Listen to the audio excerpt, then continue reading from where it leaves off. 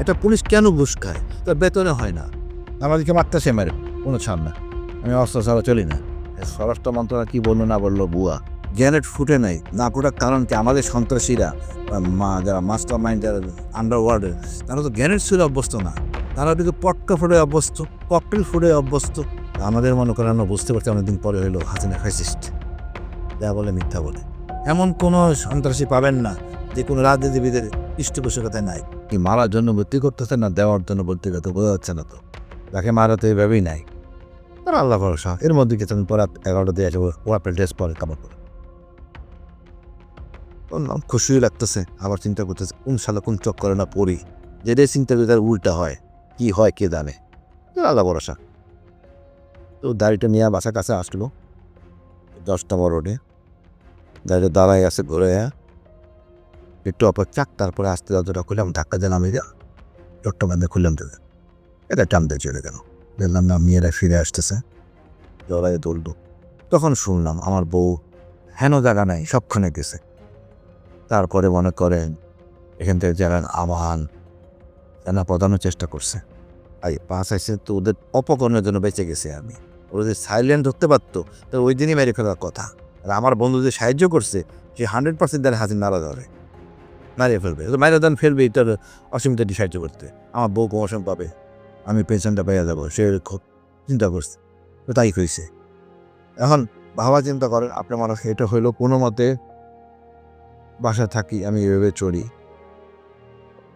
আমি মেজর দেলোয়ারের সাথে যোগাযোগ করলো, আমাকে ছাড়লো 2020-এর 22শে ফেব্রুয়ারি, মানে 1 মাস 14 দিন ছিলাম। আমি মেজর দেলোয়ারের সাথে যোগাযোগ করে, দেওয়া এই কথা আমার ইউনিট অফিসার মেজর দেলোয়ার কথা বলে না, তুই যে বিদেশে, হ্যাঁ বিদেশে দেলোয়ার এরকম ঘটনা আর মেসারে দেখছি, এখন তো বাইক করা দরকার, তুমি আমার 2টা লোক দাও। কেন আমার 2জন পাইছি, আমার বন্ধু একটা আছে মেজর ফেরদাউস, কর্নার ফেরদাউস, 2জনের 2টা অস্ত্র আছে। তারপরে সে আমরা দিলে এমন লোক না বুঝা লং ট্রাকে নিজে ভাই যাই না গেল, আমি কাজ করতেছি। তাহলে ইসলাম জয় শিশু সন্ত্রাসী, যে 21 আগস্টে গণের সাথে বোমার সাথে জড়িত, যেই অর্গানাইজ করছে আমারই পাওয়ানের মোটকালায়। তারপরে যা হোক, জুলকারনাইন সাহেব আমি পরের বছর অর্থাৎ 21 সালের শুরুতে আমি ইন্টারভিউ দিয়ে দিই ডেভিস পার্কম্যান, 2 দিন ইন্টারভিউ নেয় ওর ইংরেজি। আমি ভাবতে পারছি যে 10 বছর কাম তো হইতেছে না, আয় না, কেউ খাইয়ে ফেলছে তো কিছু একটা হয়েছে। 22 সালে আমার দোকানে বলো একটু কাজ কর, তাসলিম করলে দেন, ওটা আমাদের বাংলাদেশ, তো তাসলিম করলে গিয়ে মোটামুটি যা থেকে জানাইছি, দায়িত্ব হচ্ছিল আমার যে আমি মুক্তি হয়েছি, আমি সেটা জানা উচিত। এইসব আমি জানি ঝুঁকিতে পড়তেছি, জানানো উচিত। তারপরে মনে করেন আমার বিরুদ্ধে 12-10টা মামলা আইসিটি, আর আগে চাকরি থাকতে দিয়ে গেছে জঙ্গি মামলা, আমি সব খালি পাচ্ছি, তাই আমার লাভ নেই। আর আইসিডি মামলার কথা বলা খোঁজ নিতে গেলে পুলিশ ধরলে আবার পুলিশকে আমার মারে পড়বে, মারিয়ে যখন ফেলবে আমি নয় বাদে, অসুবিধা হতো তাই আমি এই ডিসিশন নিয়ে বসে আছি। এখনও তাই আমাদেরকে মারতেছে, মারি ফেলবে, কোনো ছাড় না। আমি অস্ত্র ছাড়া চলি না।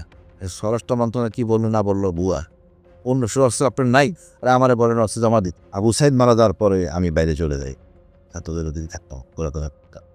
আর হকসার সাথে আমরা বসে টক শো করে দিনের বিরুদ্ধে হারলে আমরা ওই দিন 5 তারিখ পর্যন্ত মাঠে ছিলাম। 5 তারিখ আমার ছিল, আমার ছিল হাসান আছে সাথ ছিল, তখন লাইভ করি 3টা থেকে 3 ঘন্টার সময়, 3টা না 5টার দিকে, আমি না 5টার দিকে লাইভ করি, 3 ঘন্টার সময় দিলাম নিজে ভাইকে, আজমি ভাইকে ছাপতে হবে। তারপর আমার কথা হবে না, হাসান আছে স্যার বসে চাইছি, মিগরে হাসান আছে, তাকে দিয়া 6টার সময় লাইভ করে 2 ঘন্টার সময়। তারপরে 8টার সময় কচুকেতে বসে পড়ে। গ্যানেট ফুটে নাই না ফোটার কারণ কি আমাদের সন্ত্রাসীরা, যারা মাস্টার মাইন্ড, যারা আন্ডারওয়ার্ল্ডের, তারা তো গ্যানেট ছুঁড়ে অভ্যস্ত না, তারা ওটিকে পটকা ফুটে অভ্যস্ত, ককটেল ফুটে অভ্যস্ত। বুঝতে পারছি জিনিস নিয়ে, এই জন্য দেখবেন গ্যানেট ফুটে নাই, এটা কোনটা চলে নাই, দেয় না মারা কত সেটা এনে পরে না। আমরা মিলিটারি অফিসাররাই এটার প্রচুর কঠিন ট্রেনিং নিতে হয়, আমাদের অনেক ক্যাজুয়ালিটি হয় গ্যানেট থ্রো করতে। আমাদেরই অ্যাঙ্গেল আছে, আচ্ছা 4 সেকেন্ড পর ফুটতে হয়, এটা ছিল কমব্যাট না, মানে আমাদের combat grenade, Arges grenade, combat grenade 4 second পর ফুটবে, টাইমিং আছে। এর মধ্যে একটা ক্যালকুলেশন আছে। এই গ্যানেটটা 4 সেকেন্ড 2 সেকেন্ডের উপরে থাকে, যাতে গ্যানেটটাকে ধরে আবার উল্টা না মারে। এটা হলো কাউন্টার অ্যাটাক আছে। এইগুলো তো এরা জানে না। এরা মনে করে যে বোমের মতো মেরে দিলাম একটু থাম করে, সে ওই জোরে মেরে দিচ্ছে, রিং সবাই মেরে দিছে। এই জন্য রিং কারণ এই জিনিস ভাই এটা তো হয় না। আর দুই পক্ষই হান্নান বলেন, আফগানিস্তান ওখানে গ্যাট বাড়ে নাই, বুয়া এই বোমা বানায়, এরা বোমা বানায়, যেটা বানানো অভ্যস্ত হয়ে গ্যারেট তো সম্ভব না, কন্ট্রোল আইটেম। তার জন্য ভরেছে টার্গেট মিস করতে, বা টার্গেটের কায়দাও ছিল না বলা হয়। সেক্ষেত্রে উনি জানতেন, পরিকল্পনা পরিবর্তন করছেন নিজে, অন্য কেউ জানার কথা না। উনিই জানেন তার কে বুদ্ধি দিয়েছে। আর তানভীর ইসলাম যা স্বীকার করছে আমাদের কাছে, সে বিএনপি ভাবনে আমাদের সাথে মিশতেছিল বাইরে থেকে। যদি সংস্কার ঠিক মতো না, আপনারা যদি কন্ট্রিবিউট করতে না পারেন, রাজনীতি করে কী করবেন? আপনি কি মনে করেন না আমার তো লাকসাম ওই এলাকার যে ছেলেটা কষ্ট পাইছে, এত বছর জেল খাটছে, নির্বাচন করছে, তার অধিকার আমার চেয়ে বেশি, তাই না? আর সেই যতটা জায়গা চিনবে, ভালো বুঝবে, আমার চেয়ে তো বেশি বুঝবে, তার অধিকার বেশি হওয়া উচিত না? আজ বললে কী হবে? আমি এখানে হইলাম, আমি বললাম, সে দাঁড়াইলো, পড়লো, আমি দাঁড়াইলাম, মনে করলাম, দেখা গেল যে ট্যুরিজমের ভিতরে বন্ধনটা আমার দ্বারে পড়বে। আমি আগেই বলি যে এই কাজে করতে পারবো, আমি সবার দেবেন সবসাথেই করি, না করে বন্ধন না, কোনো কারণ নেই। আমরা ইয়াং জেনারেশনকে মনে করবো সাহায্য করে আগে আসার জন্য। এই ইয়াং জেনারেশন আগামী 20 বছর তো থাকবে, বেশ সফল হবে। 50টা থানা থেকে নিন্দিত থানা এলাকায় 100 ছেলে যদি নেই, কোনোরকম ঘুষ ছাড়া, পুলিশের বড় সমস্যা ঘুষ ছাড়া ঢুকতে পারে না, ঘুষ মুক্ত, খালি দৌড় দিয়ে আগে যাবে, কে আর পরে আসবে, আমরা এত বেশি দেখা করার দরকার নেই। স্বাভাবিক সম্পাদকটা বলতো 100 ছেলে নেন, যে ছেলে ওই থানা পরীক্ষা পাস করছে, আপনি 100 ছেলের জন্য ওই থানা এলাকায় কোনো জ্ঞান আমার হবে না, মানে জেনুইন 100 ছেলে, যে ছেলে এই ক্ষেত্রে মেট্রিক পাস করছে, কোনো সমস্যা হবে না। সেম টু আপনার চিটাগাং, সেম টু আপনার খুলনা, সেম টু রাজশাহী। সরকার চায় না সমস্যা সমাধান করুক, এইটা কিন্তু আমার এইটা না, আমরা চাই না সমস্যাটা বোঝার চেষ্টা করি। একটা পুলিশ কেন ঘুষ খায়? তার বেতনে হয় না। একটা গোপালগঞ্জের ছেলেকে ঢাকায় নিয়ে আসতে, সেই বেতনে সে চলবে না। তখন সে দেখে সোডিয়াম নাই সুন্দর ফ্রেঞ্চ ফ্রাই খায় লোকজনে, আমি গালি সাইড দেয়, সে দেয় এনে বাবিকিউ খায়, আমি খেতে পারি না, তার তো লোভ লাগে না? আমরা কেন এই লোভের মধ্যে যাবেন? ওই গোপালগঞ্জের ছেলেটা গোপালগঞ্জেই রাখেন, ওখানে থাকলে কী হবে? সব ওখানে, তার স্কুল টিচার ওখানে আছে, তার বউর স্কুল টিচারও ওখানে, তার মেয়ের স্কুল টিচারও ওখানে, মাদার টিচার ওখানে। দিন শেষে কলামলা দায়ী খাক, অন্তত নিরীহ লোক অত্যাচারিত হবে না। এটা হলো বেসিক জিনিস পুলিশে। আপনি সেবক হবে, আপনার দ্বারা যেন অত্যাচার না হয়। হামলা করতেছি উল্টা ব্রিটিশ সিস্টেম, এখান থেকে ওখানে পৌঁছেন না, সারাজীবন ওখানে থাকবে। কারো তার মেয়ে বিয়ে দিতে হবে, মূল্যবোধে কোনো বাবা চায় না তার বাবা, কোনো বাচ্চা চায় না তার বাবা ঘুষ করো। এই একটা মূল্যবোধ সম্পর্ক ধারণ করতে পারি আমরা, দেশটাকে অনেকখানি নিয়ে যাওয়া সম্ভব। তারপর সুযোগ দিতে হবে, কিন্তু সেই সুযোগটা তো আমরা দিচ্ছি না। অনেকে বলতে পারে আমার জামাত দেবে, হ্যাঁ জামাত বিষয় থাকবে, এক পরিবারে জামাত থাকবে, আমরি থাকবে, বিএনপি থাকবে, সবাই থাকবে, সমস্যা কোথায়?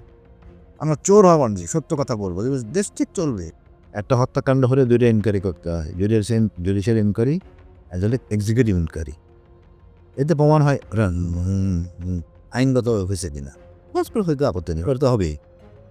আমি 71 যদি বহুত পাওয়া গেছে আমাদের দিতে বলিতে, তোর কি ওটা কি ক্রস ফায়ার, ইন্ডিয়ার থেকে নিয়ে আর্টিলারি মারছে, আর্টিলারি এসে আমাদের গোলাকে সেনা বেড়ে গায়ে পড়ছে, দোষটা কি? এটা তো ক্রস ফায়ার, এটা হয়, এগুলো দেখতে হয়, এটা হইতেই পারে।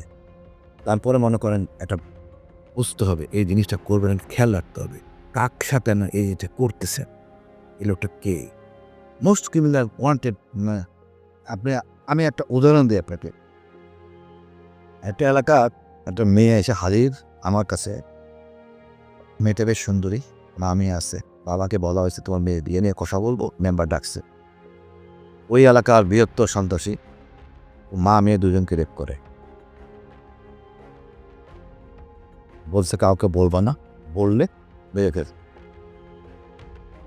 বাবা যখন আছে, মা মেয়ের মুখ ভার, এক পর্যায়ে বলে দেয়, এই লোক ফিরে দেয় রাতে বেলায় মেম্বারে বলে তুমি এই কাজটা করলে আমার সাথে।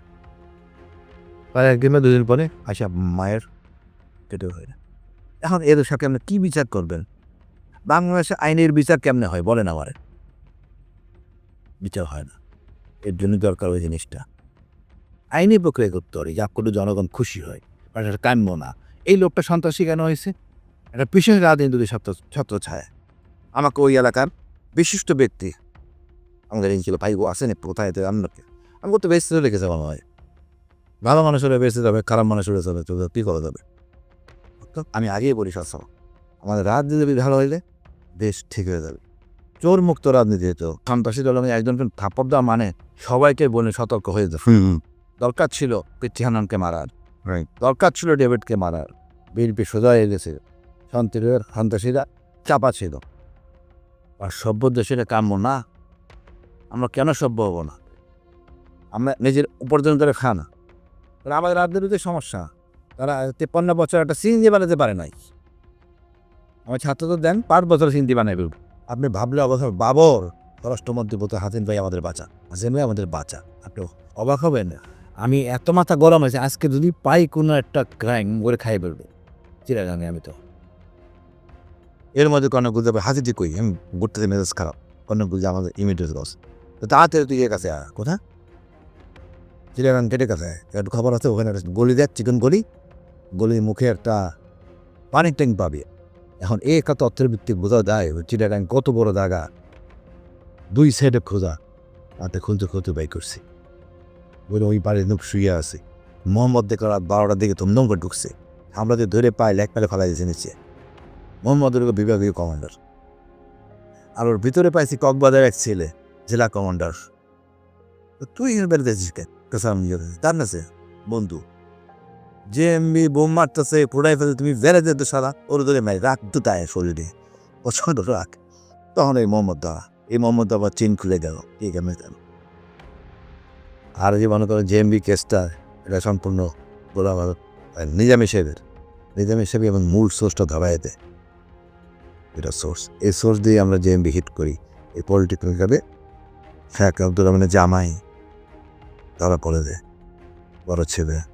এরা মিটিং করতে আসে, এখান থেকে ধরা পড়ে। এরপরে আবার আসলে একবার ঢুকতে পারলে আপনি এটা বা আপনি কাজ করতে পারবেন। এটা কুলদার ভালো বসতো, আমি ভালো বসতাম, আল্লাহ রহমত। সবারই জনগণও সাহায্য করতে, জনগণ ছাড়া কোনো বাইন টিকতে পারবে না। জনগণ সাহায্য করতে হবে সব জায়গায়। জনগণ সহযোগিতা ছিল, জনগণের বোঝানো সম্ভব হয়েছে এটা দরকার, এটা ইসলাম না। আমাদের মনে করেন আমরা বুঝতে পারছি অনেকদিন পরে হইলো হাসিনা ফ্যাসিস্ট, যা বলে মিথ্যা বলে, যা বলে তা উল্টা করে। ওটা আমাদের সাফল্য বোঝাইতে পারে, জনগণ বুঝতে পারছে অনেক রক্তের বিনিময়ে। আমাদের এই চেতনা রোধে রাখতে হবে। ভারত আমাদের কখনো বন্ধু না, শত্রু। রাজনীতি এক হলো সেবক, আতঙ্ক হলো সন্ত্রাসের কাছে। সেই জায়গাতে সরে আইসেন। আতঙ্ক হয়েছে রাজনীতিবিদদের কাছে, ভিন্ন মতের লোকদের কাছে। এটা তো কাম্য না, বিলুপ্ত হওয়া উচিত। দেশের কাজ করুক, কোনো সমস্যা নাই তো। নারী, শিশু, বাদক, অস্ত্র কাজ করেন, আপনি কাজ করতে অন্য কাজ। আপনার মানুষ পাবেন জানো কোন ক্ষমতা বলে? মানুষ বলে ক্ষমতা আপনাকে দেন তো, আইন যথেষ্ট আছে। লোককে আটকায় রাখতে চাচ্ছেন, কোনো অসুবিধা নাই তো। অন্যটা ধারা দিয়ে আটকায় রাখেন যদি খারাপ বেশি মনে করে। আসলে র্যাবের দরকার হয়েছে কেন? আমার রাজনীতিবিদরা অসৎ। এমন কোনো সন্ত্রাসী পাবেন না যে কোনো রাজনীতিবিদের পৃষ্ঠপোষকতা নাই। রাজনীতিবিদ সৎ হইলে তার যে আদর্শ কি পরে রাজনীতিবিদ কথা সত্য কথা বলিব, তাহলে দেশে সন্ত্রাসী হবে না। এই র্যাবের দরকার পড়বে না। আমাদের ওই সময় চলে আসলে আমরা ওখানে যাবো ইনশাল্লাহ। আমাদের র্যাব অতি সমবিরক্ত হওয়া উচিত, র্যাব থাকতে পারে, আমাদের আর্মি অফিসার দরকার নেই। সুতরাং আমার মনে হয় না সেনাবাহিনীদের থাকা উচিত। কি boss, vital match, tough opponent, tension? Come on bro, অপোনেন্টকে নিয়ে ভাবার সময় আছে। আসল অলরাউন্ডারের কাজই তো হলো যে কোনো টাফ সিচুয়েশনে টিমকে অলরাউন্ড প্রোটেকশন দেওয়া। জাস্ট লাইক মাই টাইলক্স, যার অ্যান্টিব্যাকটেরিয়াল এজেন্ট টয়লেটের কোনায় কোনায় পৌঁছে 99% জীবাণু ধ্বংস করে, টয়লেটের কঠিন দাগ ও দুর্গন্ধ দূর করে টয়লেটকে রাখে ক্লিন আর সুবাসিত। টাইলক্স টয়লেট ক্লিনার, ক্লিন মানেই টাইলক্স।